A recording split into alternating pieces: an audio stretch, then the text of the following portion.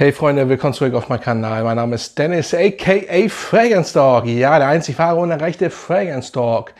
Keine Angst, wegen den Kollegen hier hinten, den sogenannten Kroll-Troll. Wer Kinder hat, weiß es, wer das ist. Und ja, er dachte, er will mal mit ins Video. Und warum er so guckt, das weiß nur er. Aber gut, auf jeden Fall habe ich für euch heute mal eine neue Routine. Ich habe die Routine aber schon länger. Es geht immer die Frage, kommt ja so oft auf, wie viel Sprüher benutzt man?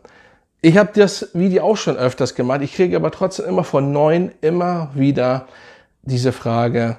Und jetzt beantworte ich sie mal. Ich habe eine neue Routine, was das Sprühen angeht, auf jeden Fall schon, was heißt, ich habe sie schon ein bisschen länger. Und man muss einfach mehr sprühen. So, gar nicht viel überlegen, weil, ganz ehrlich, so wie Tom Ford auch schon gesagt hat, wofür brauche ich einen Duft, den ich nicht wahrnehme? Man muss schon einen Duft wahrnehmen, also nehmt mehr Sprüher. So, 1, 2, 3, 4, 5, 6, 7, ganz normal, dann nochmal durchlaufen und so weiter. Also 8, 9, 10 Sprüher solltet ihr auf jeden Fall Minimum nehmen. Natürlich nicht, jetzt kommt's, natürlich nicht, wenn ihr zu einem Vorstellungsgespräch geht, auf einer Beerdigung, wenn da überhaupt Parfüm sein muss und so weiter. Aber draußen, Club, Bars, in Cafés, beim Einkaufen, alles was es gibt, da könnt ihr raufhauen. Büro müsst ihr aufpassen, könnt ihr auch nicht, auch wenn ihr Chef seid. Also ich kann zum Beispiel nicht draufballern ohne Ende.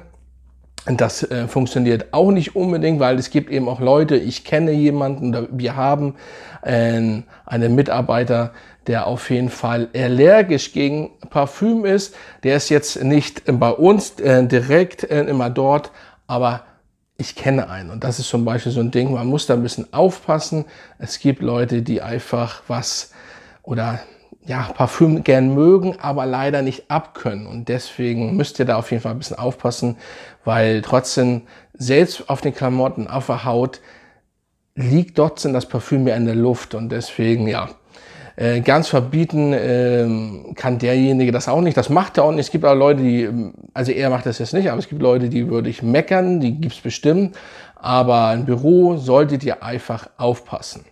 Natürlich können auch die Leute, die kein Parfüm ab können, überall in der Stadt an euch vorbeilaufen, aber das ist draußen und so weiter, oder in Cafés sitzen, aber das ist dann deren Problem. Man kann ja keinen Menschen vorschreiben, Parfüm oder nicht Parfüm zu tragen, aber ganz viele Menschen tragen auch gar kein Parfüm. Wir hatten das Thema ja schon mal, habe ich auch ein Video drüber gemacht, aber ich muss sagen, dass ihr solltet im Büro also maximal 5 Sprüher benutzen, 6 Sprüher, aber dann sind wir schon bei Düften, die nicht so stark sind und nicht so auffallen, sondern schwache Parfüms. Normalerweise, es ist schwer, es ist ganz schwer, so was sollte man im Büro, also, aber normalerweise knallt euch voll, weil ein Duft muss man schon wahrnehmen. So, es bringt nichts, es gibt ja Leute, die einen halben Sprüher, was soll das mit einem halben Sprüher? Mann, Leute, der nimmt gar kein Parfüm, oder wenn ihr sagt, das ist zu viel, für euch ist das zu viel, warum? Ihr liebt diesen Duft, sprüht drauf, sprüht drauf. Das ist so. Ihr könnt doch, man eiert doch nicht darum mit, von wegen zu wenig, raufballern ohne Ende. Im Endeffekt hat, wie heißt sie aus Holland, Curly Fragrance, glaube ich heißt sie, ne, recht. Sie hat recht, oversprayen, raufballern, weil es macht doch keinen Sinn, den Duft, ich mache das, erstmal müsst ihr auch die Flakons irgendwann mal leer kriegen. So, das kommt ja auch dazu. Was sollt ihr da ständig 5 Jahre an einem Flakon hängen? Jetzt kommen wieder die Leute, wie lange hält ein Flakon? Natürlich kann der 30, 40 Jahre halten bei guter Halterung. Also ihr müsst Parfümschrank in Dunkeln, jetzt beantworte ich das auch, dann ist alles easy, nicht in Licht und so.